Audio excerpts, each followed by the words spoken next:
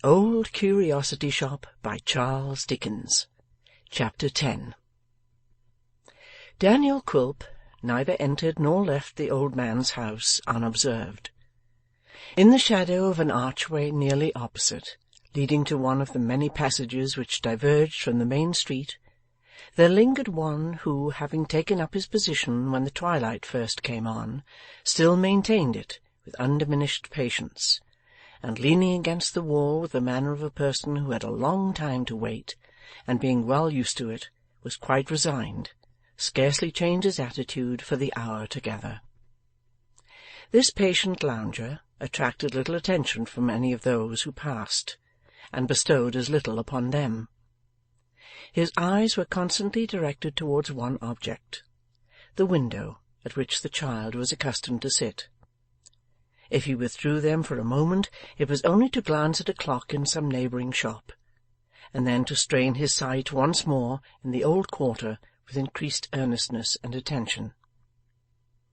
It had been remarked that this personage evinced no weariness in his place of concealment, nor did he, long as his waiting was. But as the time went on, he manifested some anxiety and surprise, glancing at the clock more frequently and at the window less hopefully than before. At length the clock was hidden from his sight by some envious shutters. Then the church steeples proclaimed 11 at night, then the quarter past, and then the conviction seemed to obtrude itself on his mind that it was no use tarrying there any longer. That the conviction was an unwelcome one, and that he was by no means willing to yield to it, was apparent from his reluctance to quit the spot, from the tardy steps with which he often left it, still looking over his shoulder at the same window, and from the precipitation with which he has often returned when a fancied noise or the changing and imperfect light induced him to suppose it had been softly raised. At length he gave the matter up, as hopeless for that night, and suddenly breaking into a run as though to force himself away, scampered off at his utmost speed, nor once ventured to look behind him lest he should be tempted back again. Without relaxing his pace or stopping to take breath, this mysterious individual dashed on through a great many alleys and narrow ways until he at length arrived in a square paved court, when he subsided into a walk, and making for a small house from the window of which a light was shining, lifted the latch of the door and passed in. "Bless us!" cried a woman, turning sharply round. "Who's that?" "Oh, it's you, Kit." "Yes, mother, it's me." "Why, how tired you look, my dear." "Old master ain't gone out to-night," said Kit, "and so she hasn't been at the window at all." With which words he sat down by the fire, and looked very mournful and discontented. The room in which Kit sat himself down, in this condition, was an extremely poor and homely place, but with that air of comfort about it, nevertheless, which, or the spot must be a wretched one indeed, cleanliness and order can always impart in some degree. Late as the Dutch clock showed it to be, the poor woman was still hard at work at an ironing table.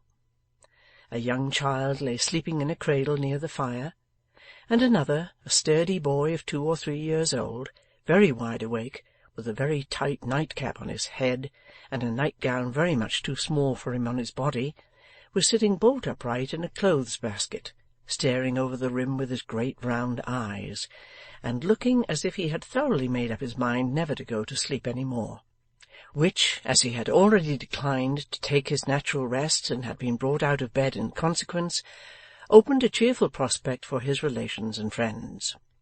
It was rather a queer-looking family, Kit, his mother, and the children being all strongly alike. Kit was disposed to be out of temper, as the best of us are too often.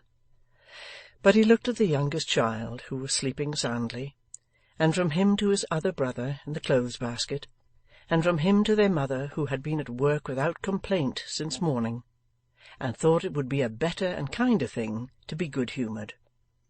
So he rocked the cradle with his foot, made a face at the rebel in the clothes-basket, which put him in high good-humour directly, and stoutly determined to be talkative and make himself agreeable.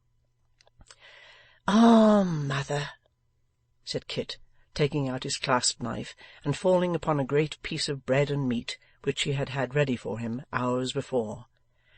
"What a one you are! There an't many such as you, I know." "I hope there are many a great deal better, Kit," said Mrs Nubbles, "and that there are, or ought to be, according to what the parson at the chapel says." "Much he knows about it," returned Kit contemptuously. "Wait till he's a widder, and works like you do, and gets as little, and does as much, and keeps his spirit up the same, and then I'll ask him what's o'clock, and trust him for being right to half a second." "Well," said Mrs Nubbles, evading the point, "your beer's down there by the fender, Kit." "I see," replied her son, taking up the porter pot. "My love to you, mother, and the parson's health too, if you like. I don't bear him any malice, not I." "Did you tell me just now that your master hasn't gone out to-night?" inquired Mrs Nubbles. "Yes," said Kit. "Worse luck." "You should say better luck, I think," returned his mother, "because Miss Nelly won't have been left alone." "Ah," said Kit, "I forgot that. I said worse luck, because I've been watching ever since 8 o'clock, and seen nothing of her." "I wonder what she'd say," cried his mother, stopping in her work and looking round, "if she knew that every night, when she, poor thing, is sitting alone at that window, you are watching in the open street for fear any harm should come to her, and that you never leave the place or come home to your bed, though you're ever so tired, till such time as you think she's safe in hers." "Never mind what she say," replied Kit, with something like a blush on his uncouth face. "She'll never know nothing, and consequently she'll never say nothing." Mrs Nubbles ironed away in silence for a minute or two, and coming to the fireplace for another iron, glanced stealthily at Kit while she rubbed it on a board and dusted it with a duster, but said nothing until she had returned to her table again, when, holding the iron at an alarmingly short distance from her cheek to test its temperature, and looking round with a smile, she observed, "I know what some people would say, Kit." "Nonsense!" interposed Kit, with a perfect apprehension of what was to follow. "No, but they would indeed. Some people would say that you'd fallen in love with her. I know they would." To this Kit only replied by bashfully bidding his mother "Get out!" and forming sundry strange figures with his legs and arms, accompanied by sympathetic contortions of his face. Not deriving from these means the relief which he sought, he bit off an immense mouthful from the bread and meat, and took a quick drink of the porter, by which artificial aids he choked himself, and effected a diversion of the subject. "Speaking seriously though, Kit," said his mother, taking up the theme afresh after a time, "for of course I was only in joke just now, it's very good and thoughtful and like you to do this, and never let anybody know it, though some day I hope she may come to know it, for I'm sure she'll be very grateful to you and feel it very much. It's a cruel thing to keep the dear child shut up there. I don't wonder that the old gentleman wants to keep it from you." "He don't think it's cruel, bless you," said Kit, "and don't mean it to be so, or he wouldn't do it. I do consider, mother, that he wouldn't do it for all the gold and silver in the world. No, no, that he wouldn't. I know him better than that." "Then what does he do it for? And why does he keep it so close from you?" said Mrs Nubbles.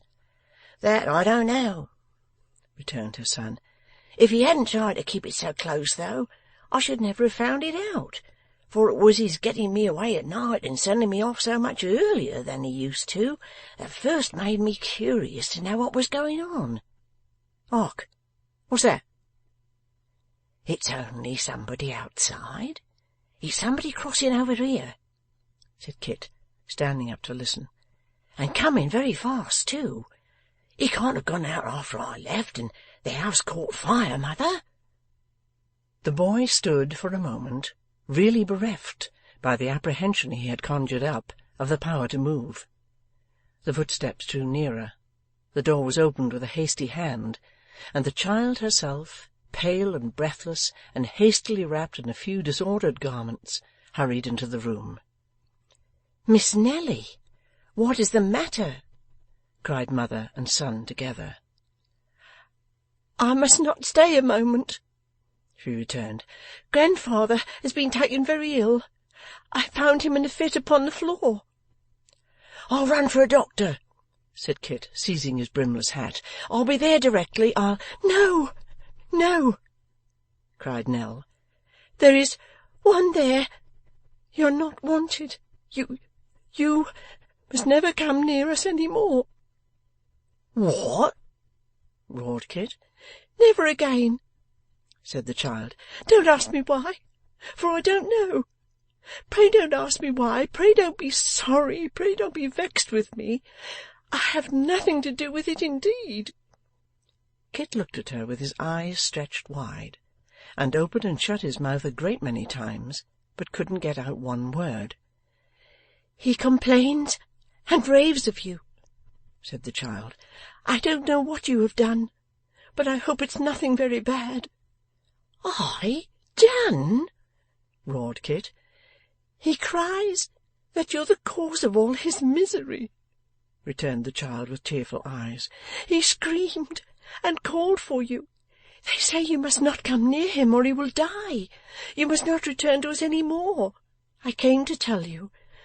I thought it would be better that I should come, and somebody quite strange. Oh, Kit, what have you done? You in whom I trusted so much, and who were almost the only friend I had." The unfortunate Kit looked at his young mistress harder and harder, and with eyes growing wider and wider, but was perfectly motionless and silent. "I have brought his money for the week," said the child, looking to the woman and laying it on the table, and a little more, for he was always good and kind to me. I hope he will be sorry, and do well somewhere else, and not take this to heart too much. It grieves me very much to part with him like this, but there is no help. It must be done. Good night." With the tears streaming down her face, and her slight figure trembling with the agitation of the scene she had left, the shock she had received, the errand she had just discharged, and 1,000 painful and affectionate feelings, the child hastened to the door, and disappeared as rapidly as she had come. The poor woman, who had no cause to doubt her son, but every reason for relying on his honesty and truth, was staggered, notwithstanding, by his not having advanced one word in his defence. Visions of gallantry, knavery, robbery, and of the nightly absences from home for which he had accounted so strangely, having been occasioned by some unlawful pursuit, flocked into her brain and rendered her afraid to question him. She rocked herself upon a chair, wringing her hands and weeping bitterly, but Kit made no attempt to comfort her, and remained quite bewildered. The baby in the cradle woke up and cried. The boy in the clothes-basket fell over on his back with the basket upon him, and was seen no more. The mother wept louder yet, and rocked faster. But Kit, insensible to all the din and tumult, remained in a state of utter stupefaction. Chapter 10.